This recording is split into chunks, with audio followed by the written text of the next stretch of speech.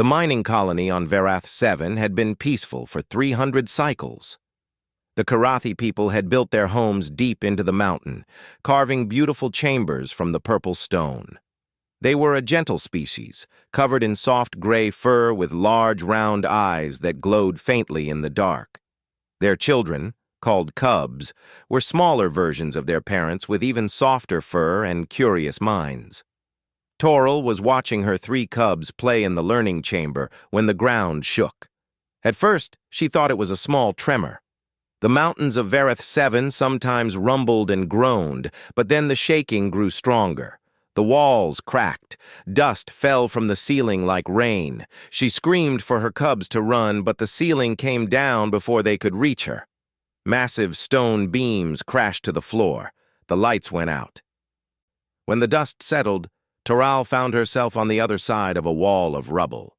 She could hear her cubs crying on the other side. They were alive, but they were trapped. The Karathi emergency teams arrived within minutes. They assessed the damage and shook their heads. The beams were too heavy. The rubble was too unstable. Any attempt to move the stones might bring more of the ceiling down on the cubs. They needed special equipment from the capital city, but that was 4 days away by transport ship. Toril fell to her knees. 4 days. Her cubs could not survive 4 days without water, without food, without hope. She pressed her paws against the rubble and wept. The human arrived on the 2nd day. His name was Marcus Chen, and he was part of a small team of human engineers who had been working at a geothermal plant on the other side of the planet. When news of the collapse reached them, Marcus had taken a shuttle and flown through the night. No one had asked him to come. No one had expected any help from the humans. They were strange creatures after all. They had only been part of the galactic community for 50 years. They were loud and unpredictable and seemed to throw themselves into danger without thinking. Marcus walked into the collapsed chamber with a bag of tools over his shoulder. He was tall by human standards, with dark skin and kind eyes. His hands were rough from years of work. He looked at the rubble, then at Toral, then at the emergency team standing around doing nothing. "How many cubs are trapped?" he asked. 3, Toral whispered. "My 3 children." Marcus nodded. He set down his bag and walked to the wall of fallen beams. He pressed his ear against the stone and listened. The Karathi watched him with confusion. What was this strange creature doing? Did he think he could hear through solid rock? But Marcus could hear something. Faint scratching, weak cries. The cubs were still alive, still trying to get out. "They are digging," Marcus said softly. "But they are tired. They have given up." "How do you know this?" the emergency team leader asked. Marcus looked at him. "Because that is what happens when you are trapped and alone. You fight at first. Then you grow tired. Then you stop fighting. You wait for death." The Karathi lowered their eyes. They knew this was true. Their species was peaceful and gentle, but they were not fighters. When faced with impossible situations, they accepted their fate. It was their way. It had always been their way. Marcus did not accept fate. He began to work. He studied the fallen beams, tracing the patterns of how they had landed. He calculated weights and angles in his head. He found a small gap in the rubble, barely wide enough for his arm. He could not fit through it, but he could reach inside. "I need light," he said. "Something small." Someone handed him a glow stick. Marcus cracked it and pushed it through the gap. The soft green light disappeared into the darkness beyond the rubble. Then he began to talk. "Hello in there," he called through the gap. His voice was calm and steady. "My name is Marcus. I am a friend of your mother. Can you hear me?" Silence. Then a tiny voice answered, "We hear you." "Good." "That is very good. What are your names?" "I am Kira. My brother is Jonal. My sister is Meifa. We are scared." "I know you are scared. It is okay to be scared. I am a little scared too. But I am going to help you get out of there. Will you help me?" Another pause. "We cannot move the stones. We tried. They are too heavy." I know. The stones are very heavy. But you do not need to move all the stones. You only need to move the small ones near you. Can you do that? Can you dig toward my voice? We are too tired. We have been digging for so long. Marcus closed his eyes. He remembered being trapped once, long ago. A building collapse on Earth when he was a young man. He remembered the darkness and the fear and the terrible weight of hopelessness. He remembered wanting to give up, but someone had reached for him. A stranger's hand in the darkness, a voice telling him to keep going. And he had found the strength to dig. "Listen to me," Marcus said through the gap. "I am going to reach my hand through this hole. I want you to take it. Can you do that?" He pushed his arm through the narrow gap. The stones scraped his skin. Blood ran down his wrist, but he kept pushing until his hand was on the other side, reaching into the darkness where the cubs were trapped. For a long moment, nothing happened. Then Marcus felt something touch his fingers. A small paw, covered in soft fur. One of the cubs had crawled toward him and taken his hand. "I have you," Marcus said. "I am not going to let go. Do you understand?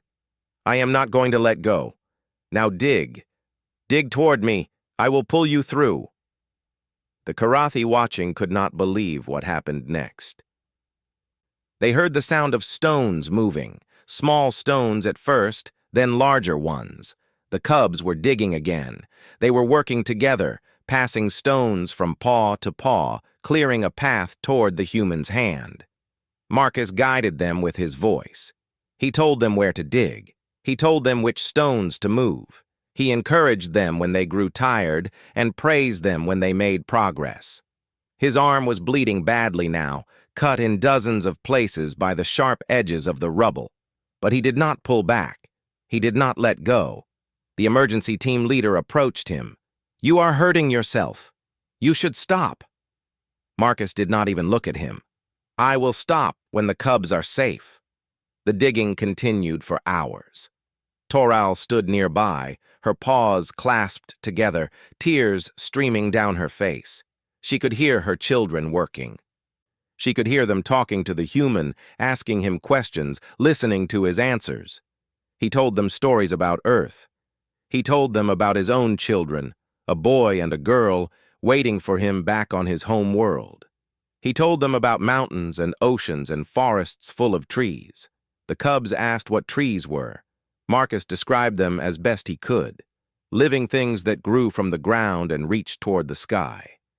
Things that started as tiny seeds and became giants over time. "We want to see trees," little Mepha said. "Then you will see trees," Marcus promised. "But first you must dig. Keep digging. You are almost there." As the 6th hour approached, a small gray paw appeared through the rubble next to Marcus's arm. Then a face. Kira, the eldest cub, pulled herself through the gap. She was covered in dust and her fur was matted with sweat, but she was alive. Marcus helped her through, then reached back for the others. Jonal came next. Then Mepha, the smallest, who had to be pulled gently because she was too tired to crawl. When all 3 cubs were free, they collapsed into their mother's arms. Toral held them so tightly, she thought she might never let go. Marcus sat back against the wall. His arm was covered in blood. His face was pale from exhaustion, but he was smiling. The emergency team leader approached him. "How did you do that? We told the cubs to dig before. They gave up. They said it was impossible." Marcus looked at the Karathi with tired eyes. "Because you told them from a distance. You spoke to them through machines, but you did not reach for them. You did not touch them." "I do not understand." Marcus sighed. "When you are trapped in the dark, hope is not enough. Words are not enough. You need to feel that someone is there. You need to know that you are not alone. When I reached my hand through that gap, those cubs knew I was real. They knew I was not going to abandon them, and that knowledge gave them strength they did not know they had." The emergency team leader was quiet for a long moment. "Your species is very strange, Marcus Chen." "Yes," Marcus agreed. "We are very strange. We do not accept death easily. We fight, even when fighting seems foolish. We reach out, even when reaching seems impossible. It is how we survived on our world. It is how we will survive among the stars." Toral came to him then, her cubs still clinging to her fur. She lowered her head in the deepest sign of respect her people knew. "You saved my children. I do not know how to thank you." Marcus shook his head. "Your children saved themselves. I just reminded them that they could." In the cycles that followed, the story of Marcus Chen spread across the Karathi worlds. It reached other species in the galactic community. Many found it strange. Why would a creature harm himself to save children of another species? Why would he refuse to give up when everyone else had accepted the inevitable? But some understood.